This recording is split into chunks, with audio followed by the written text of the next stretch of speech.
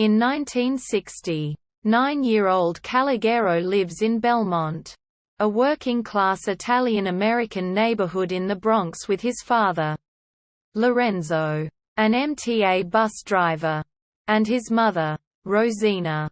Calogero becomes enamored with the mafia presence in his neighborhood led by local boss Sonny. One day, Calogero witnesses Sonny shoot and kill a man assaulting his friend.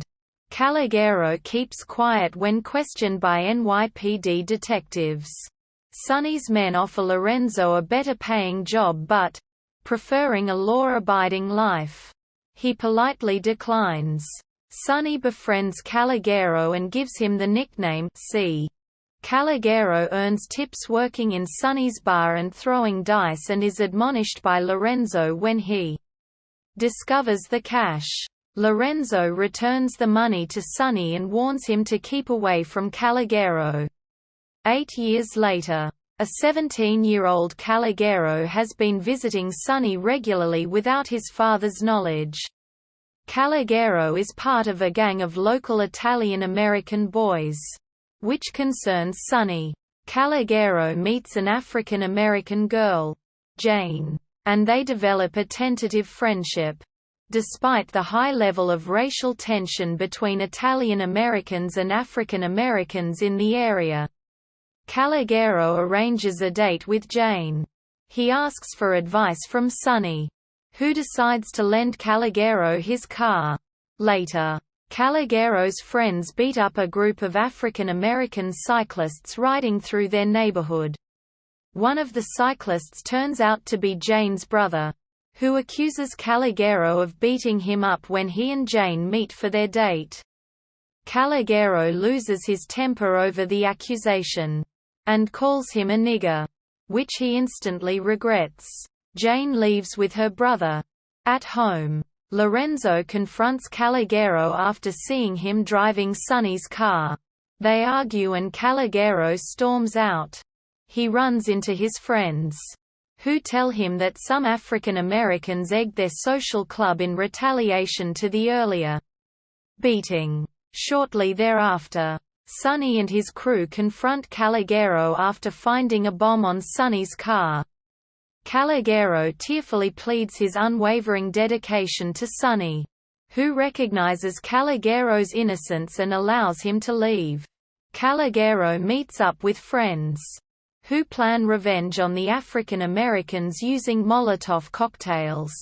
They force Calogero to participate, but Sonny stops their car and orders Calogero out.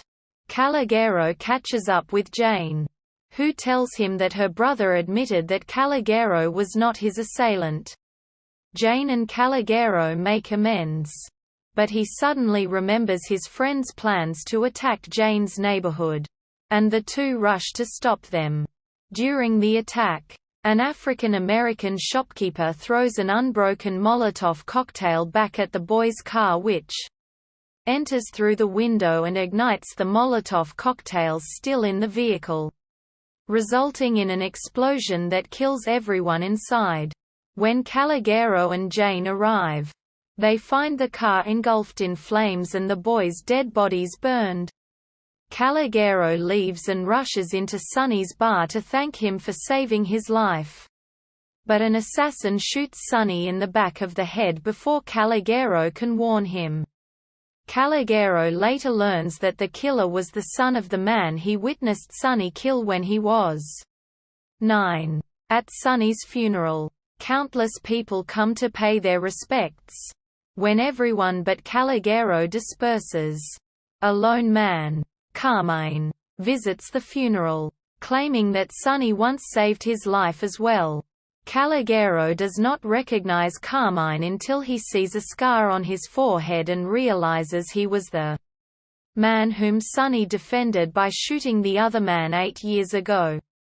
Carmine tells Calogero that he is filling in for Sonny in the neighborhood for the time being and promises Calogero help should he ever need it.